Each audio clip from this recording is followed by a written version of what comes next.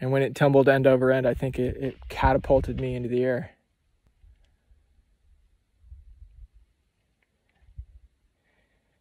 I was afraid for a moment that the bike was going to come down right on top of me, but thankfully it did not.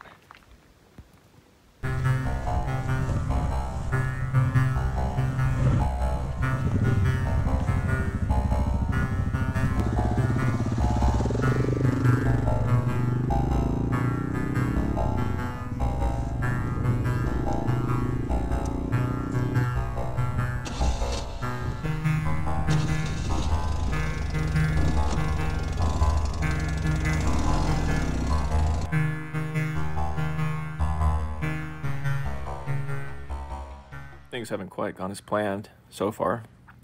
We had hoped to be heading over Sherman's Pass right now, but we arrived on the M50 yesterday right as the sun was setting and the road was closed. They had really bad forest fires. The fire's still burning, and there was snow. So we had to turn around, and thankfully a very kind man let us pitch our tents in front of his house. And now we're trying to go around a little bit further south where it's supposed to be open.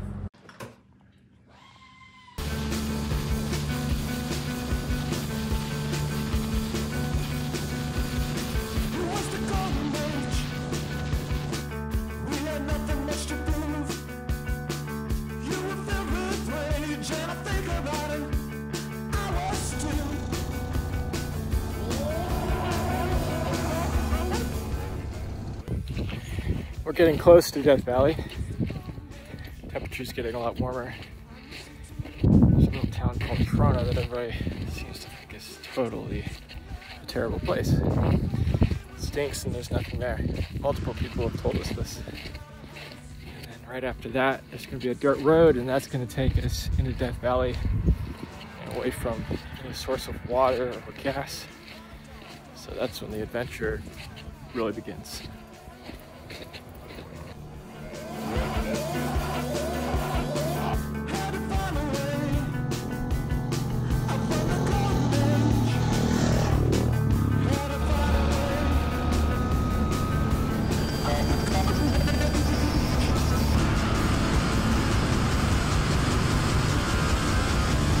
I could see your trail of smoke, your trail of smoke, your trail of smoke, and then suddenly like, fuck, there's no trail of smoke.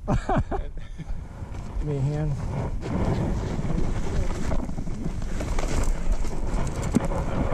All right. Oh my God.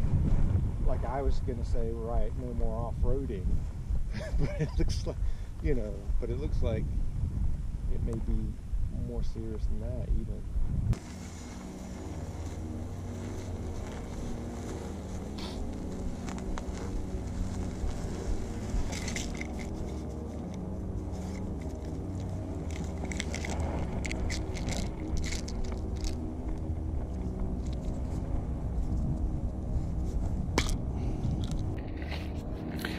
So I went down pretty dramatically on the first 10 miles, I think, of dirt road. And looks like this Death Valley trip is over. I'm okay. My wrist is a little bit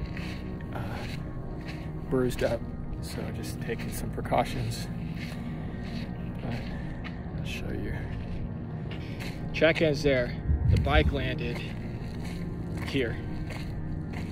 So that's about, I don't know, 12 feet, where the bike was evidently airborne.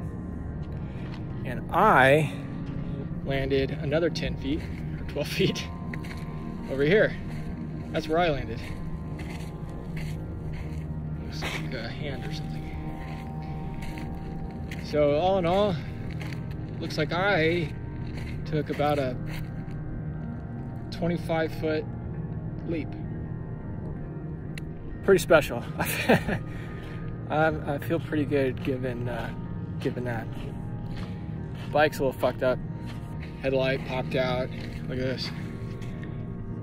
Smashed that up pretty good. I think I took a face plant. Look at the handlebars bent pretty good. This luggage rack got smashed up. So, yeah, we're just gonna stay here tonight. I think the bike somehow took a nosedive, and when it tumbled end over end, I think it catapulted me into the air.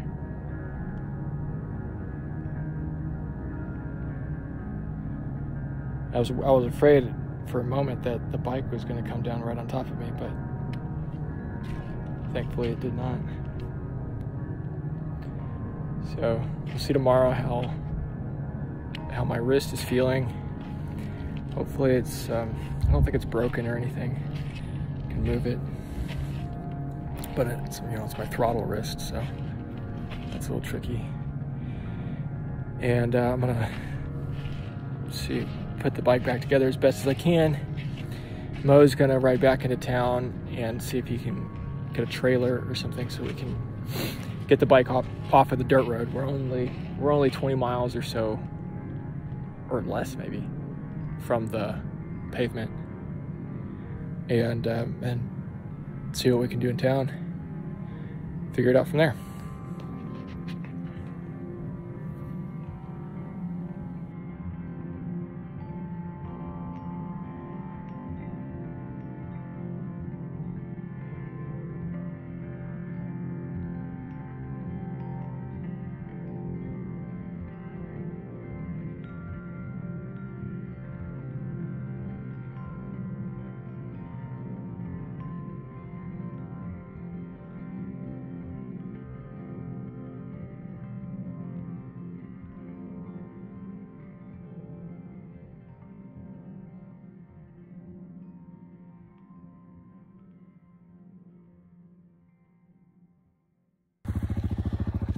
This morning I'm feeling okay.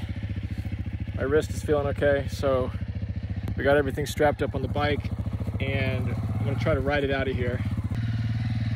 If my wrist starts hurting or if it's just too unwieldy, we'll try to get a tow truck, but that's what we're gonna try to do.